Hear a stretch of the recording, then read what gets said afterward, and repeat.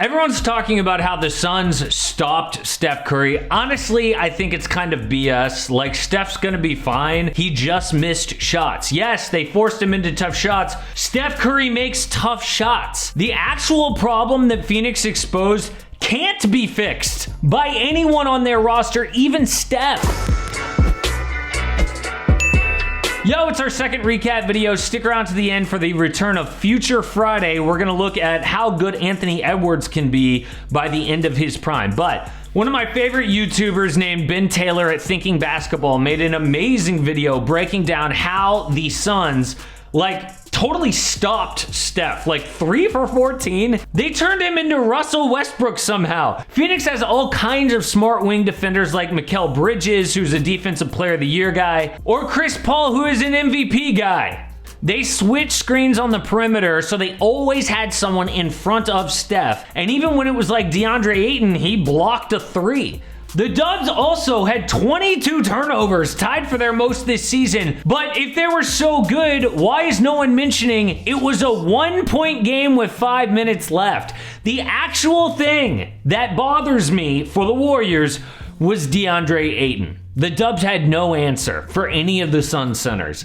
They threw Kevon Looney out there and then benched him in the second quarter. Oh, and I know Warrior fans will say, oh, it's no big deal. We have James Wiseman coming back. James Wiseman. He is totally screwed against actual adult good big men. He can't handle Ayton or Rudy Gobert. And if they made the finals against Giannis or Embiid, James Wiseman, really? Unless the Warriors trade for a big man like Miles Turner, seriously, think about it, Warrior fans. They're just a really good team, not a championship level team, so slow down with that. Speaking of playoff predictions, every Friday we will update these, and it's kind of like a power rankings segment, only a little more fun.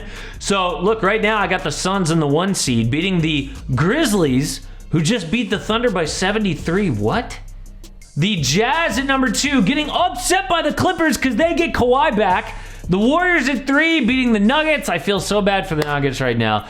The Lakers at 4 beating the Mavericks. Yes, I do think that LA will go on a run at some point this year. Honestly, I think of the Lakers as a team like LeBron as a player. No matter how bad things look, you're always I know, but it's still LeBron.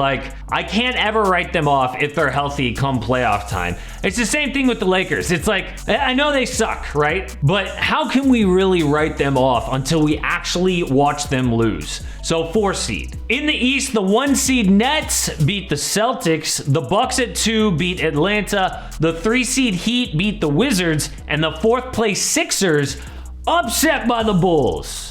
Now, it is fun to make these predictions, obviously, but a lot can change by the playoffs, including injuries and the trade deadline. But right now, my NBA champion is the Brooklyn Nets. Obviously, I hope we get some sort of news with Kyrie, but a new report actually says he is nowhere close to even considering a vaccine.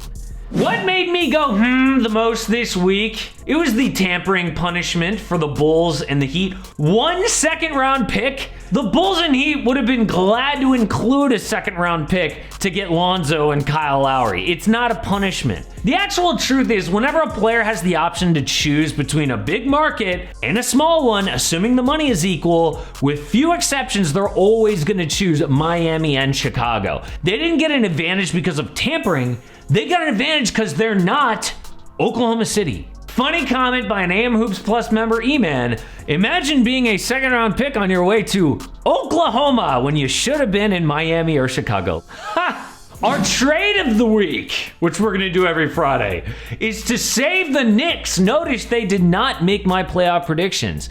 That means they go from a 4 seed last year to out of the playoffs, so they have to do something. The Kemba Walker situation has been a disaster. He was an all-star in 2020. Now he's out of an NBA rotation. There are 2 explanations for this. One is injuries. He had knee issues, fell off in Boston, never been the same. And 2 is Tom Thibodeau, because this dude is not going to play a guy who's going to kill his defense. So what about a trade that gets more defense from the point guard spot? The Knicks get Eric Bledsoe and a 2022 second.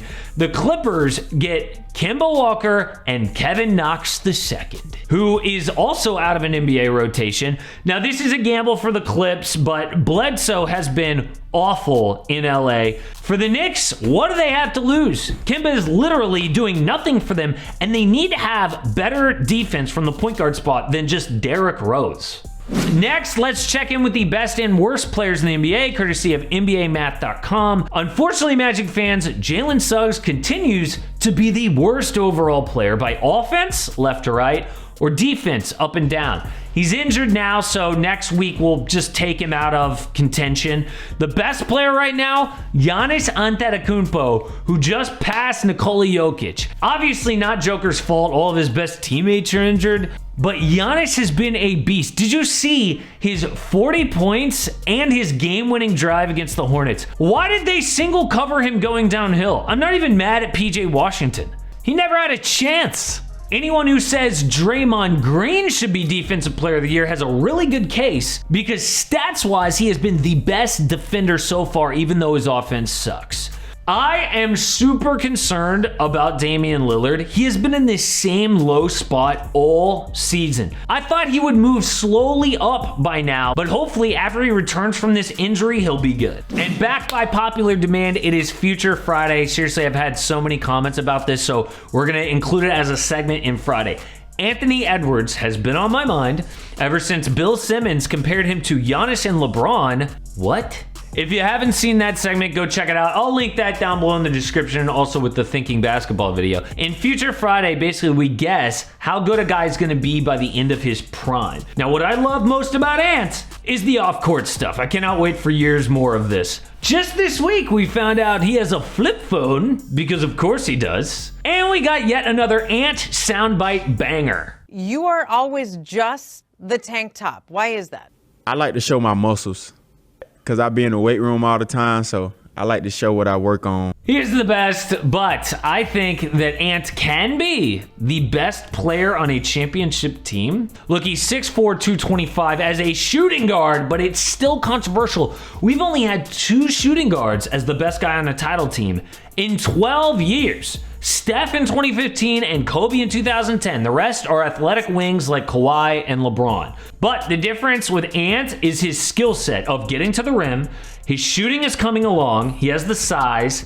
He has that alpha mindset like Kobe or MJ to lead a team. And he just turned 20 years old. In 8 years, the best player in the league will probably be Ant, Ja, Luka, Trey, LaMelo, Cade, Evan Mobley, Donovan Mitchell, Jason Tatum, Jaylen Brown, and maybe Zion, assuming health. So, my official prediction for Anthony Edwards' future is 8 All-Star appearances, 6 All-NBA, and a one-time champion, but not with the T-Wolves. Notice I didn't have Alex Caruso on the best players in 8 years, but that's okay. He's still an amazing player. The Lakers didn't think so, and he came out and actually explained the story, but he didn't explain the whole story because he didn't want to be mean. This is the entire story of why the Lakers gave up on Caruso.